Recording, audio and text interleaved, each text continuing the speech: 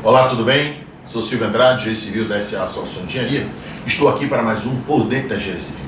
Neste vídeo, vou falar sobre a importância do rejunte na durabilidade da fachada com cerâmica aderida. Mas antes, vamos à nossa vinheta.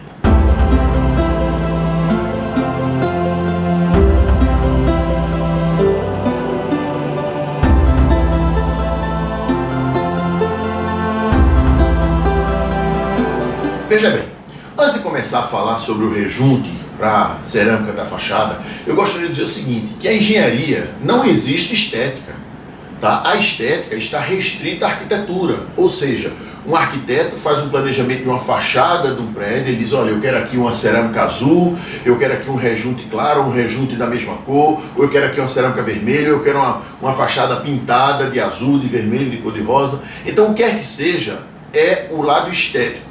A engenharia tem que fazer com que esta estética seja preservada durante muito tempo. Ou seja, para o engenheiro não vai importar se a cor da cerâmica é azul ou é vermelha. Ele tem que colocar aquela cerâmica de uma forma que ela dure, de uma forma que nós tenhamos tempo de vida útil. Para quê? Para que ela fique o máximo tempo possível conforme o arquiteto projetou. Já imaginou você, um arquiteto pega um prédio, ele imagina um prédio vermelho, faz todo o estudo em cima do vermelho, vê o prédio vermelho, o engenheiro na hora compra uma tinta de qualidade duvidosa e aquele vermelho em pouco tempo vira rosa. Ou seja, tinha uma estética planejada pelo arquiteto e o engenheiro mudou essa estética. Então, a engenharia tem que preservar a estética que foi feita, que foi pensada pelo arquiteto. E o rejunte é a mesma coisa. O rejunte, ele não é apenas uma argamassa que vai ser colocada entre uma cerâmica e outra. Ele é uma peça importante na qualidade e durabilidade das nossas estruturas.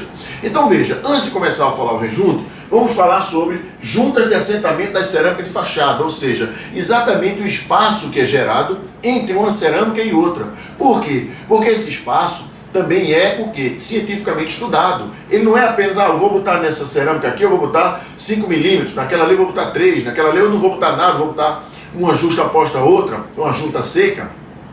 Não é assim que funciona.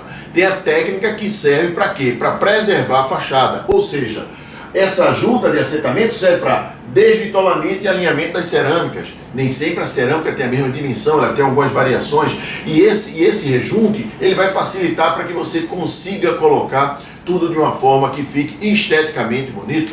Também impedir a propagação das tensões entre uma cerâmica e outra. Nós já vimos em vídeos anteriores, né, a EPU da cerâmica, a expansão por umidade, que existe um trabalho da cerâmica quando o tempo está mais quente, quando o tempo está mais frio. Então esse rejunte, ele tem que ter uma flexibilidade para absorver esse trabalho sem trincar e sem prejudicar a aderência da cerâmica. Também facilitar a remoção das cerâmicas em caso necessário. Se tem uma cerâmica que teve um problema, então você pode cortar o rejunte, tirar a cerâmica e preservar a estética de sair. Então veja, não é um espaço que a gente define como a gente quer. O espaço é definido pelo tipo de cerâmica que nós escolhemos, se é uma cerâmica normal, se é um porcelanato, qual é a dimensão. Então tudo isso vai fazer com que este espaço varie em relação ao outro. Então veja, se a gente olhar aqui a indicação da junta de assentamento, estou falando em fachada, ok? Então veja, tamanho da cerâmica e junta recomendada. Então quando você tem uma cerâmica de 5 por 5 a 10 por 10, 3 milímetros é o espaçamento mínimo da sua junta de assentamento. De 15 por 15 a 25 por 25, de 3 a 5 milímetros, de 30, 5 a 7 milímetros e de 40 por 40, de 6 a 8 milímetros.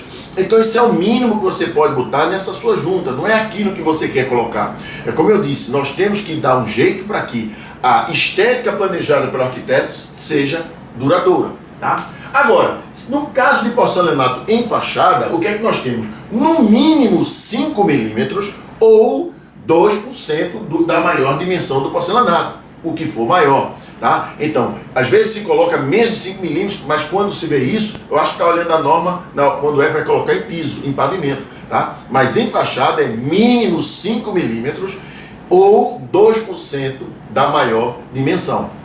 Então você veja que já aí você já sente que o rejunte ele tem uma função importante na durabilidade da fachada.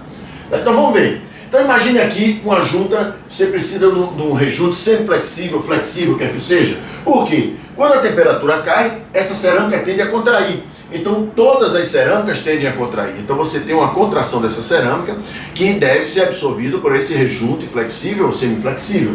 Quando esquenta, ela expande. Então veja, se você coloca um rejunte rígido aqui nessa sua junta de assentamento, o que ocorre?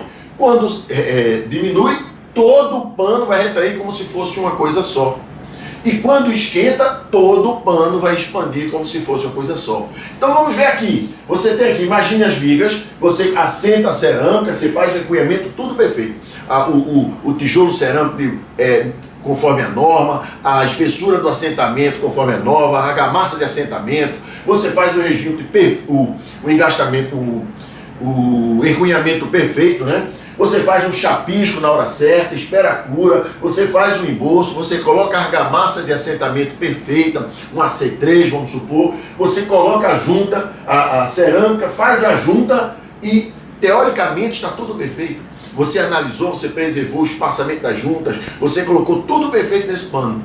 Agora vamos analisar aqui. Você tem esse pano, então você faz o rejunte, tá?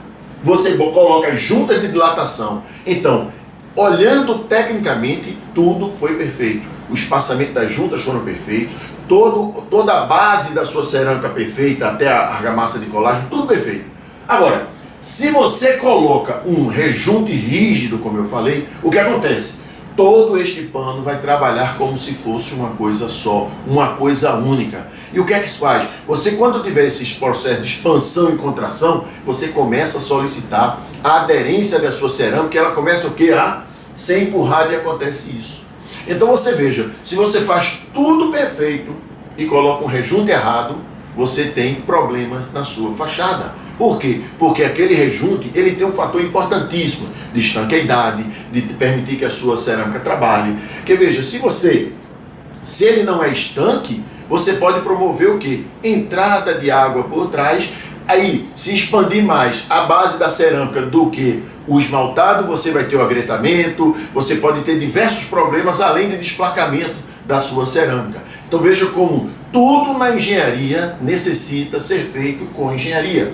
Cada detalhe que você passar por cima, colocando um rejunte de qualidade duvidosa, colocar um rejunte errado, você tem os fabricantes que ele já diz, olha, para essa cerâmica o rejunte deveria ser tipo tal. Então veja que tudo isso é importante para a gente preservar a estética que foi determinada pelo arquiteto, ok? Outra coisa, quando o rejunte deve ser aplicado? Ele deve ser aplicado quando iniciadas após a secagem do assentamento das cerâmicas, ou seja, em torno de pelo menos 3 dias. Caso contrário, pode ocorrer o quê?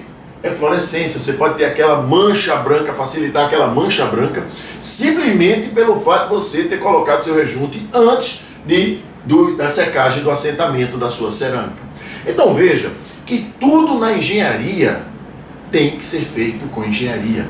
Um detalhe besta, ou seja, você compra um porcelanato caríssimo, ou você compra uma cerâmica cara, e depois você economiza no rejunte, você não percebe os detalhes que tem que ter um rejunte, você bota a espessura que você quer. Então veja, você vai fazendo com que a durabilidade daquela estética pensada e planejada pelo arquiteto vá ser o quê? Vá se deteriorar. Porque um prédio planejado para ser todo azul e tem cerâmicas caindo e futuramente, se não trocar tudo, cerâmica de cores diferentes devido a fornadas diferentes da mesma cerâmica, então você está modificando completamente o que foi pensado pelo arquiteto, consequentemente desvalorizando aquele imóvel, ok? Então veja, era isso que eu queria falar com você sobre rejuntamento de cerâmica, tá? Então nós temos que ter cuidado em tudo da engenharia e fazer com engenharia.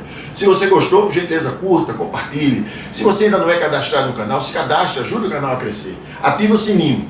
Todas as quartas-feiras, às 15 horas de Brasília, um novo vídeo vai entrar no nosso canal, ok? Aguardo você no próximo Poder Engenharia Civil. Um abraço e até lá.